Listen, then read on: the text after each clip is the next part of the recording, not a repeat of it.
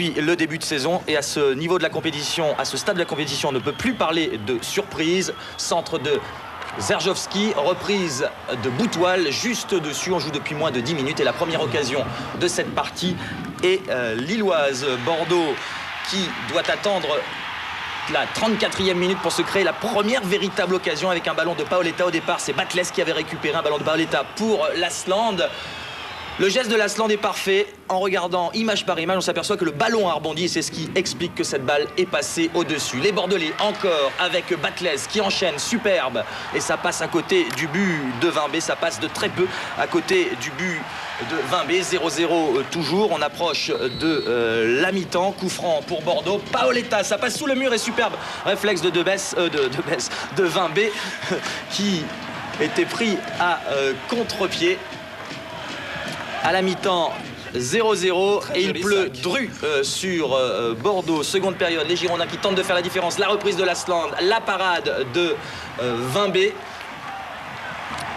Les Girondins qui poussent, les Girondins privés de Christophe Dugarry, suspendu après son expulsion au Parc des Princes dimanche dernier. Ces deux équipes restent sur 6 matchs sans défaite dans ce championnat. Appel de Bonicel, côté gauche, en retrait pour Legwinski, c'est bien joué. Et superbe réflexe de Vimbé, auteur hier soir d'un match remarquable. Grégory Vimbé, regardez. Alors que Legwinski avait choisi le petit côté. On joue la 83e minute. Jérôme Bonicel, qui avait déjà reçu un carton jaune, est expulsé pour cette faute peu évidente sur Agasson, sur Bakary. Et Bonicel explose.